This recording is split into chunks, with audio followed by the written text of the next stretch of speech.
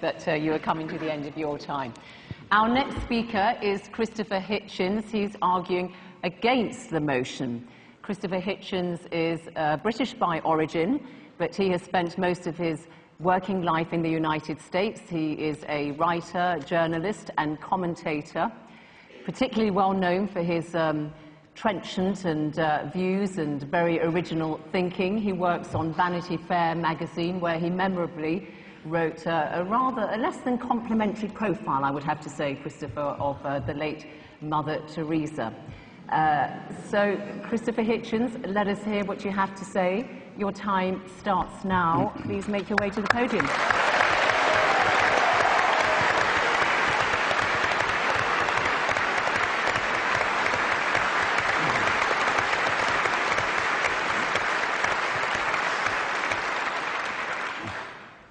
Well, Your Grace, ladies and gentlemen, brothers and sisters, and Zainab, who did something that I almost never have had experienced before, paid a compliment to my shirt before we came on tonight, which I was able to return by pointing to hers, which you're feasting your eyes on now, and saying, I once saw Norman St. John Stevas, now Lord Stevas of Fawley, wearing a shirt just like that on the television.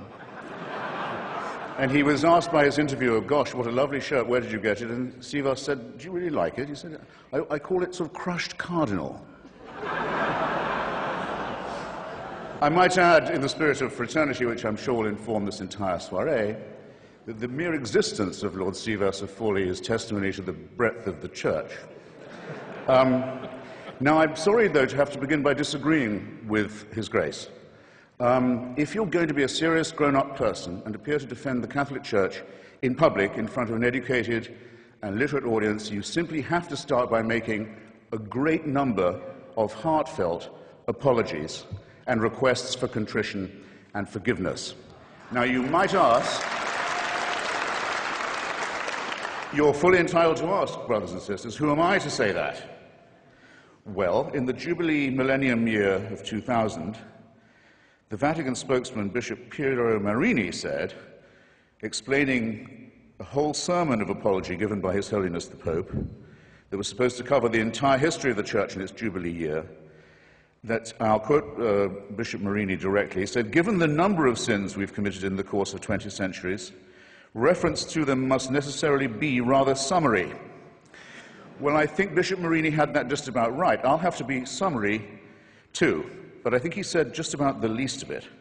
His Holiness on that occasion, it was March the 12th, 2000, if you wish to look it up, begged forgiveness for, among some other things, the Crusades, the Inquisition, the persecution of the Jewish people, injustice towards women, that's half the human race right there, and the forced conversion of indigenous peoples, especially in South America. And that followed a whole series of preceding apologies, or apologies, I would say, of a kind, made by the late Pope John Paul, who, it troubles me not at all to say, was a very impressive and serious human being.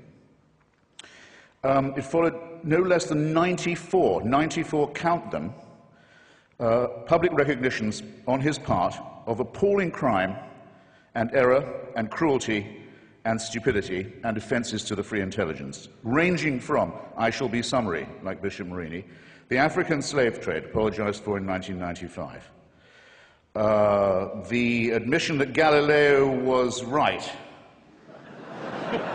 about the relationship between the sun and the earth and other orbs, which came in 1992, one might add. No, I won't say, it's too easy to say better late than never. Here, I said it. To violence and torture, legalized torture. Torture was legalized and institutionalized by the Roman Pontiff during the Counter-Reformation. That came in 1995. And for silence during Hitler's final solution, or Shoah, as well as, in 1999, coming in just under the Millennium Jubilee wire, an apology for the burning alive in the main square of Prague of the great Czech Protestant Jan Hus. Since that big fiesta of forgiveness that began in, well, culminated, I might say, in 2000, fiesta of forgiveness, fiesta of asking for it, the papacy's also asked to be forgiven for the sack of Constantinople and the massacre of Byzantine Christianity in April 1204 as part of the Fourth Crusade, The anathema on all Eastern Orthodox Christians as unbelievers, heretics, and people dwelling outside the health of the Church was lifted only in 1964. I call your attention to that. He also expressed sorrow about the murder and forced conversion of Serbian Orthodox Christians in the Balkans during the Second World War. And it doesn't end there. There are smaller but significant, equally significant, avowals of a very bad conscience. These have included regret for the rape and the torture of orphans and other children in church-run schools in almost every country on earth, from Ireland to Australia. And I'm pleased to see that due reconsideration is now being given, and may in fact have been given, to the hellish, I choose the word carefully, doctrine of limbo, St. Augustine's cruel and stupid disposal problem solution to a non-existent problem, that is to say, the destination of the souls of unbaptized children. Up until now, Catholic parents have been taught that's where their unbaptized children went, a form of torture that's sometimes worse than the physical.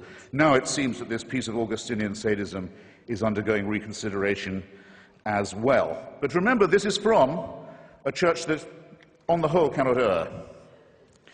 We still await a more direct admission. For example, I give some suggestions of my own while we're at it. I would like them to take back the Concordat made with Adolf Hitler, the first treaty he ever signed, giving the Church a monopoly over education in Germany in exchange for the dissolution of the Catholic Centre Party, to give the Nazi Party a clear run. I'd have apologized for the Lateran Pact with Mussolini, myself, also the first treaty ever signed by that fascist dictator. I would also think I'd want to reconsider the fact that Father Tiso, head of the Nazi puppet state in Slovakia, was a priest in holy orders, that the Croatian fascist puppet state, the Ustaša state of Ante Pavelić, was also operating under full clerical protection and disguise, as was the regime of General Franco and the dictator Antonio Salazar. And I really think I would beg forgiveness for this. I don't think the German church should have asked Hitler's birthday to be celebrated from the pulpit every year until he died. These are very serious matters, and they're not to be laughed off by references to the occasional work of Catholic charities. But I draw your attention not just to the apologies, ladies and gentlemen, but to the evasive and euphemistic form that they take. Joseph Ratzinger, the current Pope, considered by some, by Catholics, to be the Vicar of Christ on earth, says of the Indians who were massacred in the course of conversion in Brazil, after the apology had been made to them, he said, nonetheless, it must be remembered that before we came to convert them, they were silently awaiting the arrival of the church. I don't think that's a very genuine kind of apology to you. In his comment, one of the few he's made, on the institutionalization of rape and torture and maltreatment of children in Catholic institutions, he said, it's a very severe crisis which involves us, he said, in the following: in the need for applying to these victims the most loving pastoral care. Well, I'm sorry. They've already had that. And to say that this is the responsibility laid upon you by the horrific admission that you've already had to make is not accepting responsibility in any adult sense. When I say child abuse was institutional, how dare I say so? How can I prove it? How can I prove such a thing? Well, I'll ask His Grace, and I'll ask Anne Widdecombe. Where is Cardinal Bernard Law now? Where is he? Where is the Cardinal Archbishop of Boston, whose resignation was indignantly demanded, finally, by 50 members of the Church and by the whole laity of Massachusetts, who also demanded his prosecution for the promotion and protection and covering up and apology for and defense of people whose crimes against children are too revolting to specify. And he's not in the jurisdiction of Massachusetts now, as perhaps you know. He's the Supreme Vicar of the Church of Santa Maria Maggiore in Rome, personally appointed by the Pope to that as well as many other important sinecures. And in 2005, this man, a fugitive from justice and from complicity in the filthiest crime that it's possible for a human being to imagine, was one of those voting in conclave to decide who the next Vicar of Christ on earth will be.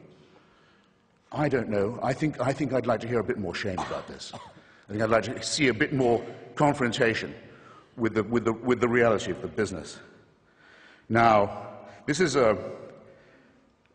a serious question, as I've said, and Whittaker very often, rightly, in my opinion, attacks the climate of moral relativism and of anything goes that can very well be the handmaiden of postmodernist, hedonistic culture. I very often am glad that she points these things out. But the rape and torture of children is not something to be relativized. It's not something to be excused as a few bad priests.